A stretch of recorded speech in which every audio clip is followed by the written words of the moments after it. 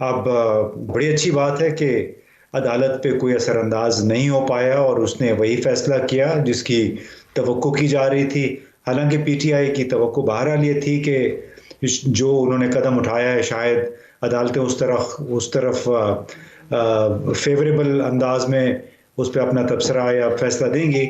لیکن اچھی بات ہے، اس میں اسی کو کہتے ہیں کہ انصاف کا بول بالا آئین کی بالادستی کا اصول مانا گیا ہے. تو اس میں تو میرا خیال ہے اب بہت زیادہ لے دے کی ضرورت نہیں ہے.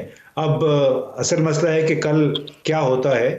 جو لوگ جمہوریت کی بات کرتے ہیں، قانون کی، آئین کی بالادستی کی بات کرتے ہیں، آیا وہ خود بھی اپنے اٹھائے گئے حلف اور جو ان کا بیانیہ ہے اس کو مقدم سمجھتے ہوئے ہارس ٹریڈنگ یا جو خفیہ بیلٹ کا غلط استعمال ہے اس کو روکنے میں وہ کس حد تک مددگار ثابت ہوتے ہیں، اس تمام ایکسرسائز کو کس طرح وہ مکمل طور پہ جمہوری اور ٹرانسپیرنٹ رکھنے میں کامیاب ہوتے ہیں، یہ کل پتہ چل جائے گا.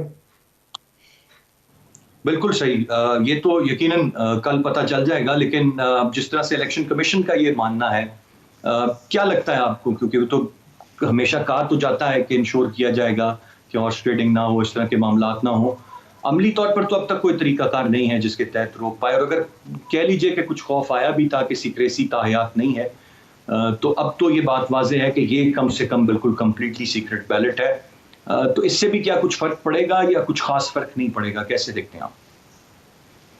دیکھیے، عام طور پہ جب بھی اس قسم کے الیکشنز ہوتے ہیں، تحریک عدم اعتماد آتی ہے یا کوئی بھی اس قسم کا گمبھیر مسئلہ درپیش آتا ہے، تو عام طور پہ پلڑا حکومت ہی کا بھاری ہوتا ہے، کیونکہ حکومت بہرحال بہت سارے اداروں کو ساتھ لے کے چلتی ہے اور ماضی میں کبھی بھی اس طرح کا کوئی اپسیٹ ہم نے نہیں دیکھا ہے.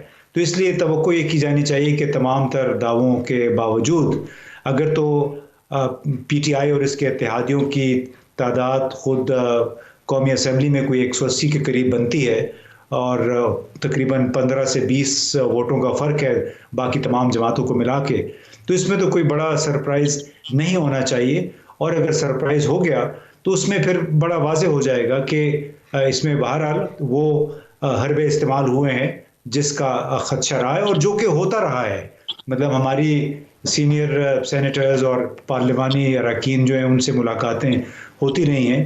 اب حال ہی میں جو کوئٹہ سے خاص طور پہ ایک صاحب آئیں گے، ہمیں بتایا گیا کہ وہ تو پہلے ہی 15 سے 20 کروڑ روپے ادا کر کے بلوچستان اسمبلی سے اپنا ووٹ پکا کروا چکے ہیں، کیونکہ وہاں سے کوئی ووٹ بند ایک فی سینیٹر ایک ووٹ بنتا ہے 7.5 8 کا. تو اس میں وہ انہوں نے اپنے 8 ووٹ انشور کر لیے ہوئے ہیں، ہمیں یہ بتایا گیا ہے. اس سے پہلے بھی الیکشنز میں ایسے ہی ہوتا رہا ہے اور یہی کام ہے جو کہ حکمران جماعت بھی غالباً کرتی ہے، کیونکہ ہمارے کلچر ہی ایسا ہے کہ عوام کے لیے تو جمہوریت کی بات، ٹرانسپیرنسی کی بات تو سب کرتے ہیں، لیکن جب اپنے پارٹی مفادات کی بات آتی ہے، اقتدار کی بات آتی ہے، تو اس میں پھر سب ایک ہی طریقہ کار اختیار کرتے ہیں، اس میں تقریباً سب ایک ہی جیسے معلوم ہوتے ہیں. جی، میں عامر الیاس رانا صاحب کی جانب بڑھوں گا. رانا صاحب، ایک طرف عمران خان صاحب کا سٹیٹمنٹ ہے، آپ کی نظر سے گزرا ہوگا، وہ کہہ رہے ہیں اپوزیشن کوشش کر رہی ہے کہ کسی طرح بھی کامیاب ہو، تمام تر حربے استعمال کیے جا رہے ہیں. دوسری جانب صادق سنجرانی صاحب بلوچستان میں 4 سیٹیں آفر کر رہے ہوں یا سینیٹر آفریدی صاحب کے پی میں نیگوشیٹ کر رہے ہوں، تو یہ کیا اپنے تئیں کر رہے ہیں یا یہ عمران خان صاحب اور حکومت کے کہنے پر ہی سب کچھ ہو رہا ہے؟ یہ تضادات کس طرف اشارہ کرتے ہیں؟ یہ کیسے اس ساری سچویشن کو آپ دیکھ رہے ہیں؟ دیکھیں، اخلاقی پوزیشن کو جب اگر آپ کو دیکھنا ہے تو بالکل کلیئر بات ہے کہ کوئی پارٹی کسی بھی اخلاقی پوزیشن میں نہیں ہے، چاہے وہ پی ٹی آئی ہو، وہ مسلم لیگ نون ہو، وہ پیپلز پارٹی ہو. تمام جماعتیں اپنے اپنے مفادات میں ایک جیسی ہیں. اب یہ جو کو ہمالیہ کی بلندی پہ عمران خان صاحب اخلاقی اور برتری کا جو دعویٰ ہو رہا ہے کہ جی سینٹ کو شفاف ہونا چاہیے، صادق سنجرانی کے وقت جب عدم اعتماد آئی یہ کہاں تھے؟ کیا انہوں نے لحاف اڑا ہوا تھا؟ جب زیادہ ووٹ ملے یہ کیوں نہیں جاگے کہ جی ہمیں ووٹ کیوں فالتو ملے اور یہ کس نے دیے، کس نے لیے؟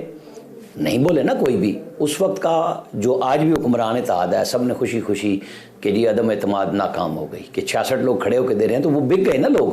وہ پیپلز پارٹی, نون, جس کے بھی تھے وہ انہی کے لوگ گئے نا جنہوں نے اپنی پارٹیوں کو چھوڑا. تو یہ ہو گیا. پھر پی ٹی آئی پہ 20 MPs کو کیوں نکالا تھا؟ اس لیے کہ وہ بک گئے تھے.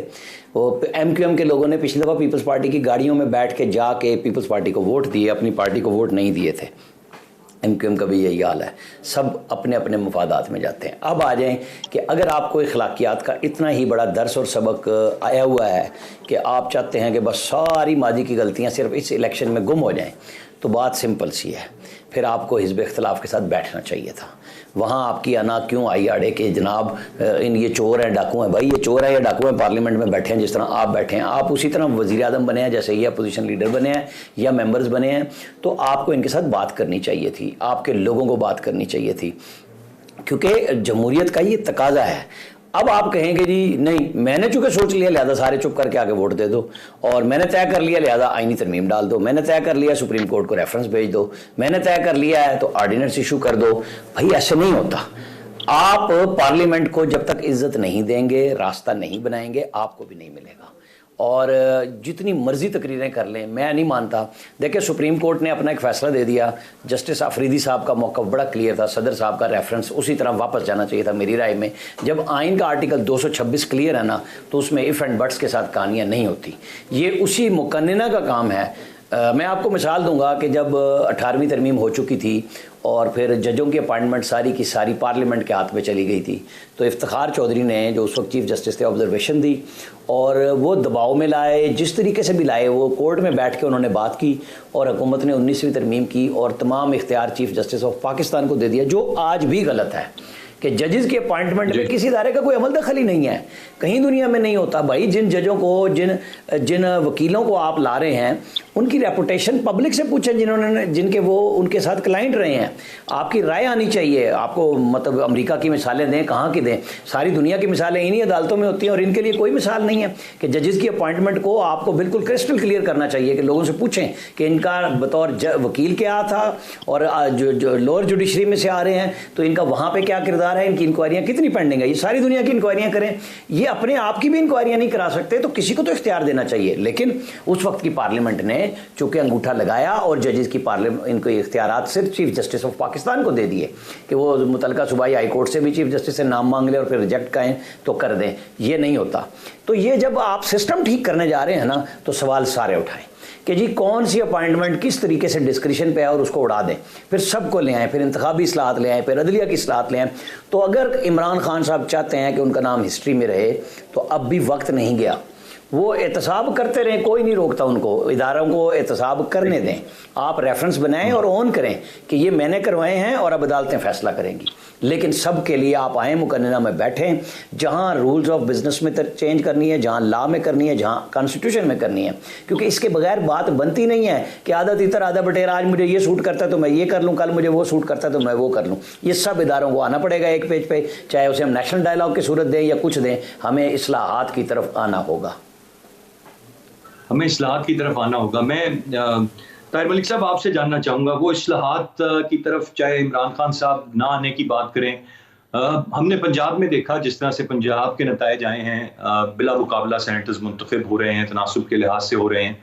آج بے شک نمائندے ہوں یا عمران خان صاحب کے کہنے پہ لوگ سیٹ ایڈجسٹمنٹ کی باتیں کر رہے ہوں, اتنی جو طویل بحث رہی ہارس ٹریڈنگ کی, آپ صدارتی آرڈیننس سے لے کے سپریم کورٹ سے رائے طلب کرنے سے لے کے بل پیش کرنے تک آپ نے تمام تر حربے آزمائے.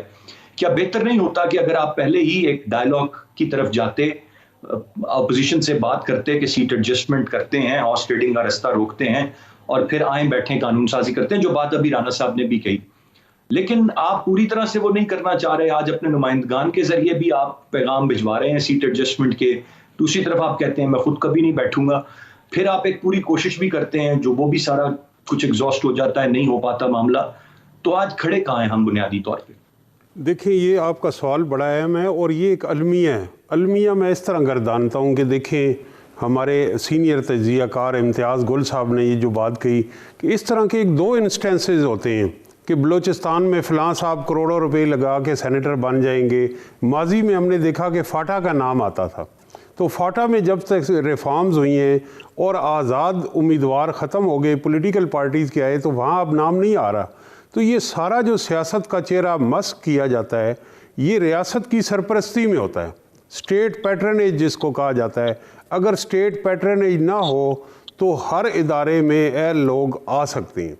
اب اس کی مثال جو آپ نے ابھی تک دی، سب سے پہلا تو چیک یہ ہونا چاہیے کہ پولیٹیکل پارٹیز ٹکٹ کنہیں دے رہی ہیں. وہ ٹیکنوکریٹس کے لیے ٹکٹ دے رہی ہیں تو کیا وہ واقعی ٹیکنوکریٹ ہیں؟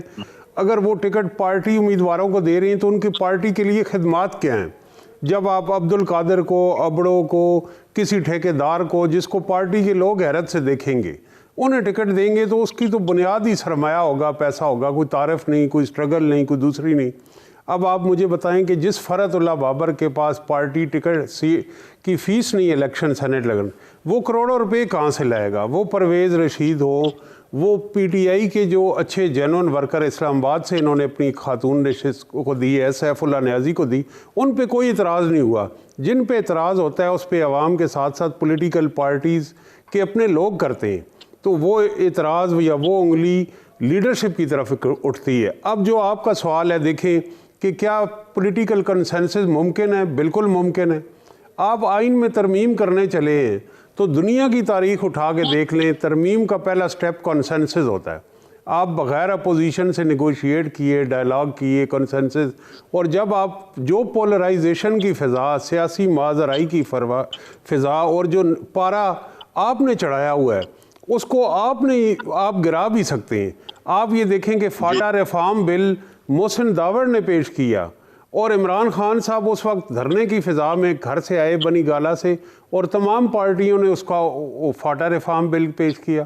اسی طرح ملٹری کورٹس کا معاملہ ہو، جوائنٹ ریزولوشنز ہوں کشمیر پہ، یمن کے ایشو پہ، اور آرمی چیف کی ایکسٹینشن کا معاملہ ہو، وہ کنسنسس ہمیں نظر آتا ہے. کراچی آپریشن پہ بھی نظر آتا ہے.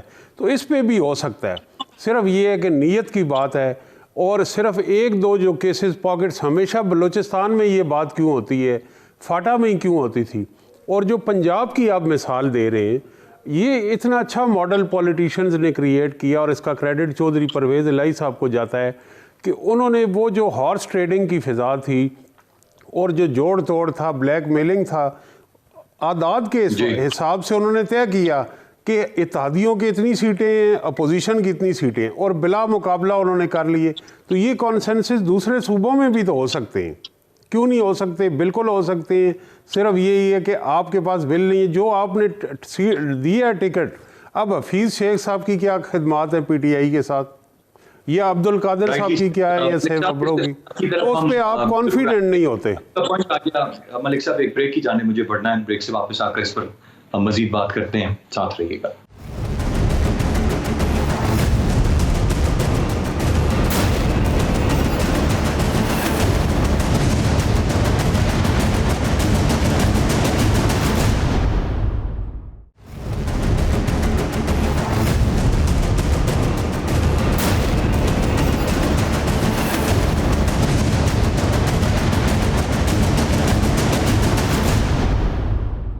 جی ویلکم بیک.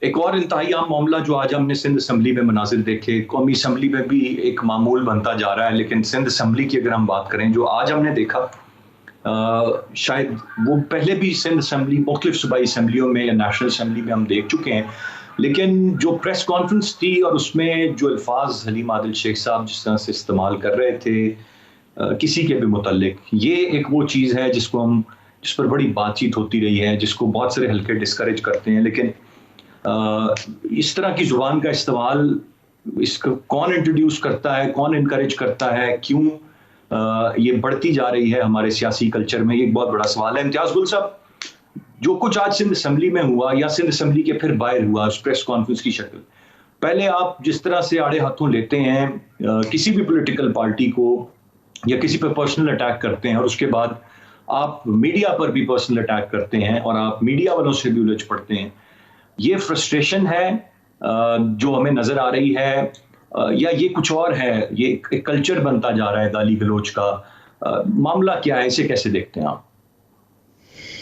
دیکھیے، ایک تو بات ہمیں ماننی پڑے گی کہ گالم گلوچ ہماری تہذیب کا یا ثقافت کا کافی حد تک حصہ تو ہے، اور جہاں تک خاص طور پنجاب اسمبلی کی بات ہے، سندھ اسمبلی کی، اب اس میں دیکھیں نا عبدالقادر پٹیل صاحب نے جو باتیں کی مراد سعید کے حوالے سے، گزشتہ دور حکومت میں خواجہ آصف صاحب نے شیریں مزاری کے حوالے سے ٹریکٹر ٹرالی کی بات کی، جو مشاہد اللہ صاحب باتیں کیا کرتے تھے اور اللہ ان کو جنت نصیب فرمائے، لیکن بہرحال ان کی بڑی شگفتہ زبان ہوتی تھی.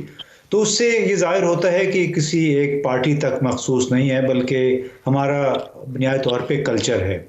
اب سیکنڈلی جو فرسٹریشن کی بات ہے، اس میں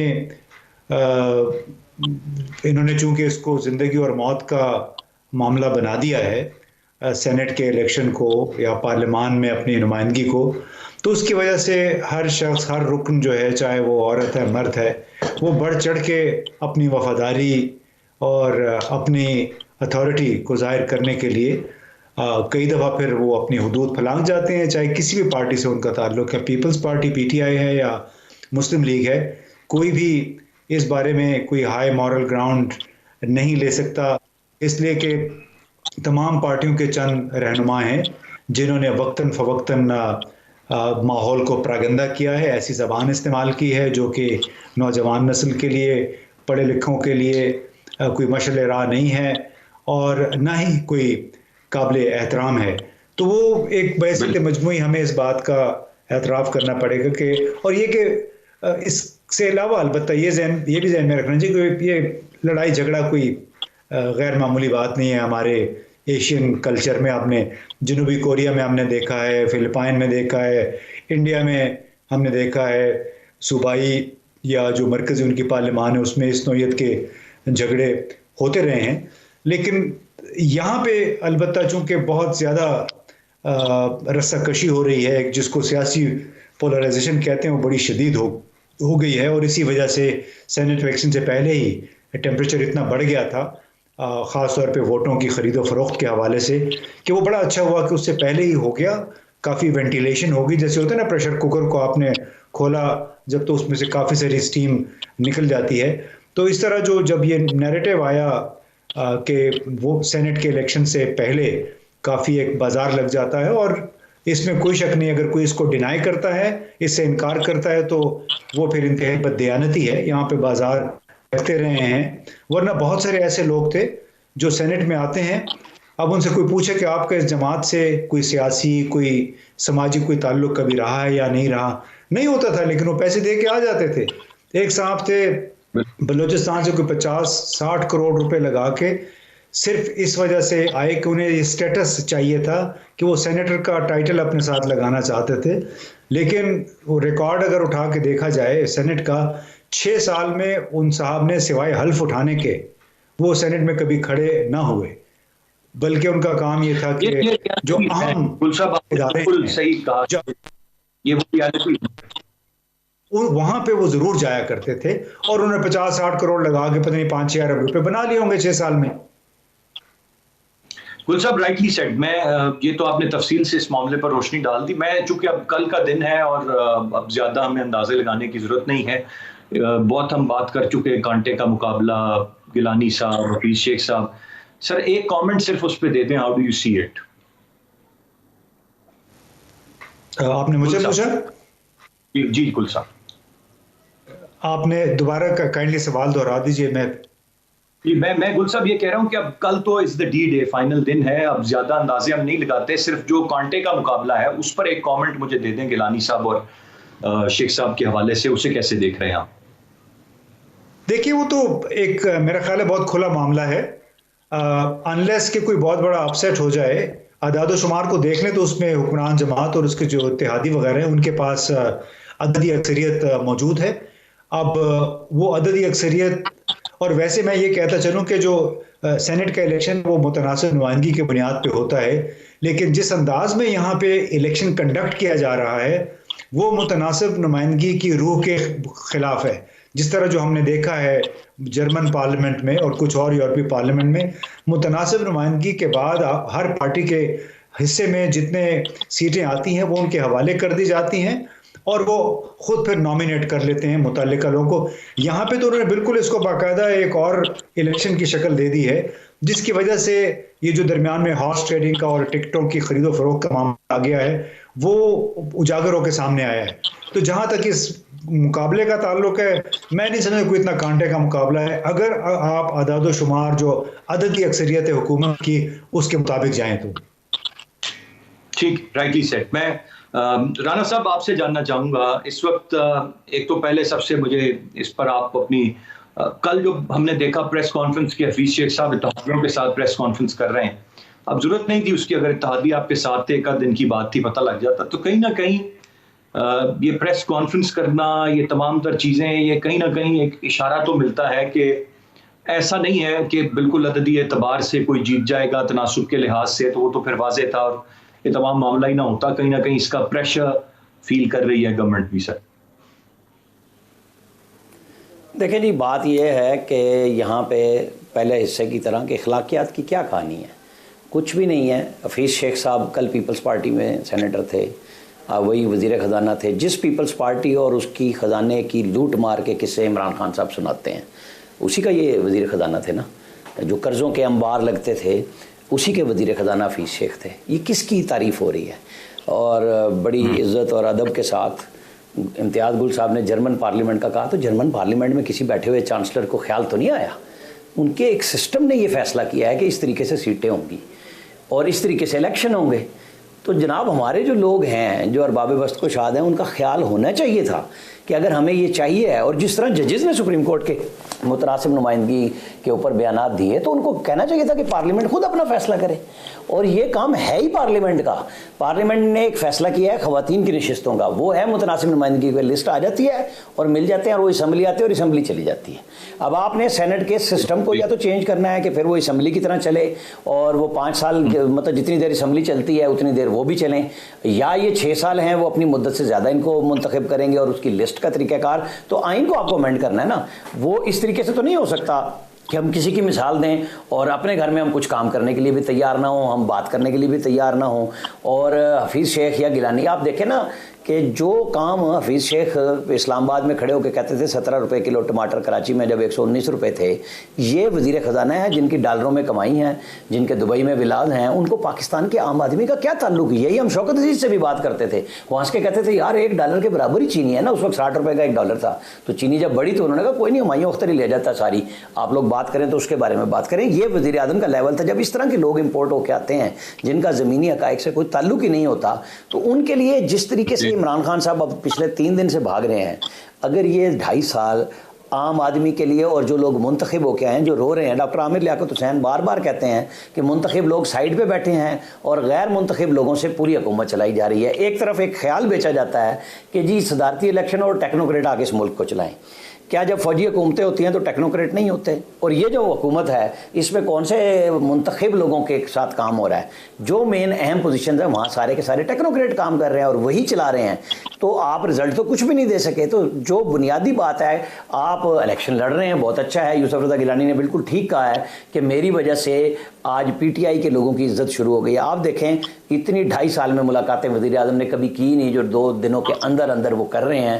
جتنے وعدے کیے ہیں شاید اگلے 2.5 سال میں تو کیا اگلے 10 سال میں بھی اتنے پیسے وہ نہیں لا سکیں گے جو ارکان اسمبلی اپنے حلقوں میں بتا رہے ہیں. آج وہ بھی ملے ہیں ہمارے ساتھ، ہمارے ٹی وی کے شو میں بھی وہ بیٹھتے ہیں اور وہ کہہ رہے تھے کہ حفیظ شیخ کو میں کبھی ووٹ نہیں دوں گا اور میں وزیر اعظم سے 1 سال سے میں ملا نہیں ہوں، میں کس لیے ان کو ووٹ دوں. آج وہ مل لی ہیں. اسی طرح ہی ہوتا ہے ہمارے ارکین اسمبلی کا، جب پرائم منسٹر بلا لے مل لیں. ابھی بھی وہ زومانی جواب دے کے گئے ہیں میں حفاظت میں ووٹ دوں گا، یعنی حفیظ شیخ کے ساتھ دیں گے نہیں دیں گے. تو جو لفظ وہ کہہ چکے وہ کئی دفعہ کہہ کے پھر بعد میں پیچھے ہٹنا پڑتا ہے، تو وہ طریقے سے ہٹ رہے ہیں. بات وہی ہو رہی ہے کہ جی اگر آپ کو صحیح اس ملک کا درد ہے تو بیٹھیں، اور ساری چیزوں کو ٹھیک کرنے کے لیے آپ کو حزب اختلاف کی ضرورت پڑے گی. بریک کی جانے مجھے پڑھنا ہے، بریک سے واپس آ کر اس پر ہم مزید بات کرتے ہیں. ساتھ رہیے گا.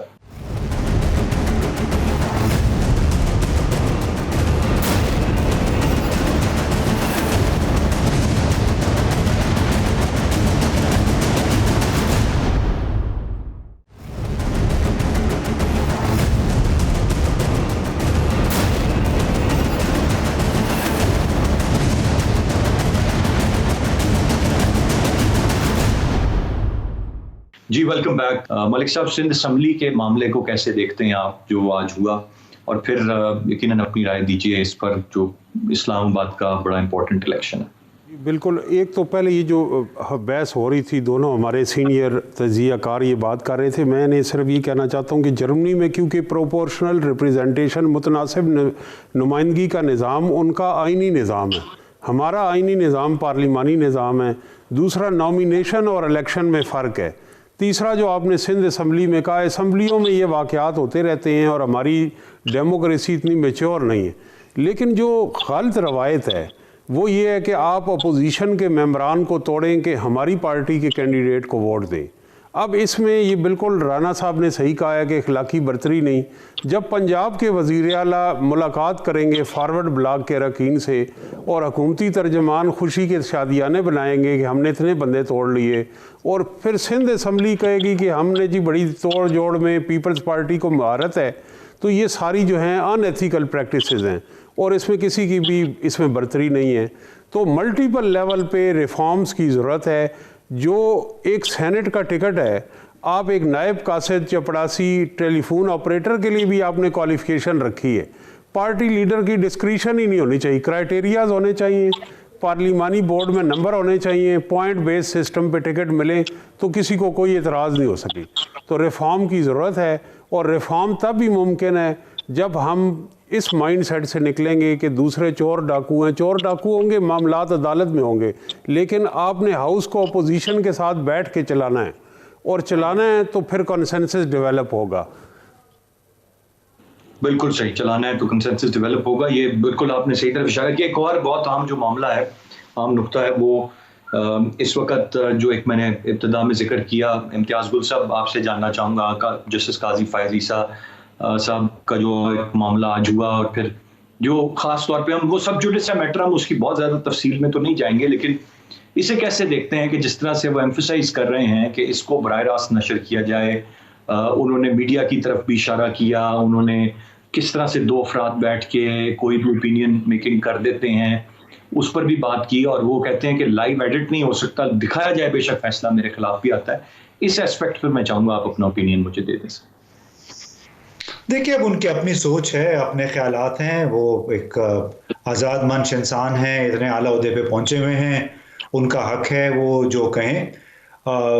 باقی میں تو اس کو اگر کسی دوسرے اخلاقی پیمانے سے دیکھوں تو جب بھی کوئی بھی اعلیٰ پبلک عہدے پر فائز شخص یا خاتون کے حوالے سے اس نوعیت کی بات سامنے آتی ہے تو ہم نے دوسرے معاشروں میں دیکھا ہے کہ بجائے اس کے کہ وہ وہیں پہ بیٹھ کے اپنی ایڑیاں رگڑتے رہیں، وہ لوگ اپنے عہدے سے علیحدہ ہو کے پھر اپنا دفاع کرتے ہیں. اب یہاں پہ ایک بہت بڑا ایشو ان کا آ گیا تھا کہ انہوں نے اپنی فیملی کے حوالے سے جتنے اثاثے ہیں ان کو اپنے اس کو ڈکلیئر نہیں کیا، یعنی بتایا نہیں ہے ان کو، اور صرف ایک پوائنٹ نقطہ لے کے یہ اپنا کیس آگے بڑھتے رہے کہ یہ ان کے حوالے سے معلومات غیر قانونی طریقے سے حاصل کی گئی. میرا اس میں گزارش یہ ہے کہ اصل مسئلہ صرف اتنا تھا کہ ان کے ان اثاثوں کی حیثیت کیا تھی، کیسے بنے، اور مطلب جب پتہ چل گیا ہے تو پھر آپ اس میں قانونی مشگافیاں لانے کی ٹیکنیکل وجوہات پہ اس کو چیلنج کرنے کی ضرورت نہیں تھی. اور میرا اپنا یہ خیال ہے کہ یہ معاملہ اگر بھارت میں ہوا ہوتا یا برطانیہ میں ہوا ہوتا یا کسی اور ملک میں ہوا ہوتا تو صرف اس نان ڈکلیریشن کے ایشو پہ وہ جج صاحب اب تک خود ہی فارغ ہو چکے ہوتے، ان کو کسی کو کہنے کی ضرورت بھی نہ ہوتی. لوگ وہاں پہ خودکشیاں کر لیتے ہیں جب اس قسم کی، جب ان کی عزت پہ، ان کے کانڈکٹ پہ جب کوئی حرف آتا ہے. لیکن یہاں پہ اب یہ اپنا دفاع کر رہے ہیں، مرضی ہے ان کی، ہم تو اس میں کچھ نہیں کہہ سکتے. لیکن میں صرف اتنا کہتا ہوں کہ بیرونی ممالک میں جہاں بھی لوگ اعلیٰ اقدار کی بات کرتے ہیں، قانون کی حکمرانی کی بات کرتے ہیں، اس عہدے پہ اس کسی بھی شخص کا پھر رہنا ممکن نہ تھا. یا تو اس کو ہٹا دیا جا چکا ہوتا یا پھر وہ خود ہی دستبردار ہو کر اپنا مقدمے کا سامنا کر رہے ہوتے. رائٹلی سیڈ گل صاحب، یہ بات آپ نے بالکل بجا کہی، لیکن دوسری جانب وہ کنونس ہیں کہ جو ان کے خلاف ریفرنس ہے وہ بالکل غلط ہے، نشانہ بنایا گیا اور وہ ہر حد تک دفاع کرنا چاہتے ہیں. وہ چاہتے ہیں ان کی ریپیوٹ قبر تک بھی ان کے ساتھ رہے, بعد میں بھی انہیں بہتر نام سے یاد رکھا جائے. رانا صاحب وقت کم ہے, میں بڑا پریسائزلی آپ سے اور طاہر ملک صاحب سے رائے لینا چاہوں گا. یہ ہائی امپورٹنس کا ایک معاملہ ہے اور اس کو جس طرح سے کور کیا جا رہا ہے اور جس طرح سے دیکھا جا رہا ہے, آپ اس پر پریسائزلی اپنی رائے ضرور دیتے ہیں. دیکھیں جی, ہم ہر دفعہ مثال دیتے ہیں کہ دنیا میں یہ ہوتا ہے, پاکستان میں جو ہوتا ہے ہم اسی کی بات کریں گے. پاکستان میں اگر ایک وکیل جج ڈٹ گیا ہے کہ وہ اپنی عزت کا دفاع کرے گا اور وہ ریزائن نہیں کرے گا تو اسے موقع ملنا چاہیے. وہ لڑنا چاہ رہے ہیں, انہوں نے کہا میرا وکیل نہیں موجود, میں خود دلائل دوں گا, تو ٹھیک ہے دیں, نظیر بن رہی ہے. تو اگر دنیا میں سب کاموں کی ہم مثال دیتے ہیں تو یہاں پہ اخلاقیات جب تک سیٹ نہیں ہو جائیں گی کیسے کریں گے؟ وہ جج مطالبہ کر رہا ہے لائیو دکھا دیں, تو کیا حرج ہے, دکھا دے تاکہ لوگوں کو پتہ لگے کہ ہمارے ججز کا کنڈکٹ کیا ہے, ہمارے وکلاء کا کنڈکٹ کیا ہے, ہم کیسے کیس آتے ہیں ہمارے. ورنہ وہ میڈیا کے ذریعے جا رہا ہے نا. میڈیا جب پاکستان میں پرائیویٹ میڈیا آیا تو لوگوں نے وہ انٹرٹینمنٹ ڈرامے چھوڑ کے پولیٹیکل ڈرامے دیکھنے لگ گئے, پھر تھک گئے تو اب دوبارہ اس انٹرٹینمنٹ پہ چلے گئے. تو صحیح ہے, عدلیہ میں اگر جج ایک نظیر قائم کر رہا ہے کہ وہ اپنا کیس لڑ رہا ہے اور اسے عدالت ہی اجازت دے رہی ہے کہ ٹھیک ہے وہ دیں, اور وہ چاہتے ہیں کہ لائیو کوریج ہو, وہ کچھ باتیں کر رہے ہیں, ان پہ توجہ ہونی چاہیے اور یہی اصلاحات کا نتیجہ نکلے گا. میں ہر دفعہ تیسرے پورشن میں بھی یہی کہوں گا کہ اس ملک کا حل اب بحث نہیں رہ گیا. اس ملک کا حل اب بیٹھ کے نیشنل ڈائلاگ ہے اور اس میں وہ تمام قباحتیں جو 70 72 74 سال سے ہم دیکھتے آ رہے ہیں اور ریپیٹ ہوتی ہیں, اس کا حل ہے. ورنہ آپ دیکھ لیں کہ اکنامکلی تو ہم بالکل ڈیزاسٹر پہ پہنچ چکے ہیں. 5.8 سے ہم مائنس کو کہتے ہیں کہ جی بہت اچھا ہو گیا ہے, کیسے ممکن ہے؟ بالکل صحیح. ملک صاحب سر یور ٹیک. رائے میں یہ بھی امریکہ اور ترقی یافتہ ملک کی مثال ہے کہ وہاں امپورٹنٹ کیسز لائیو دکھائے جاتے ہیں, پارلیمنٹ کی کارروائی بھی لائیو دکھائی جاتی ہے اور جو عوامی اہمیت کے کیس ہوتے ہیں سپریم کورٹ میں وہ بھی لائیو دکھائے جاتے ہیں.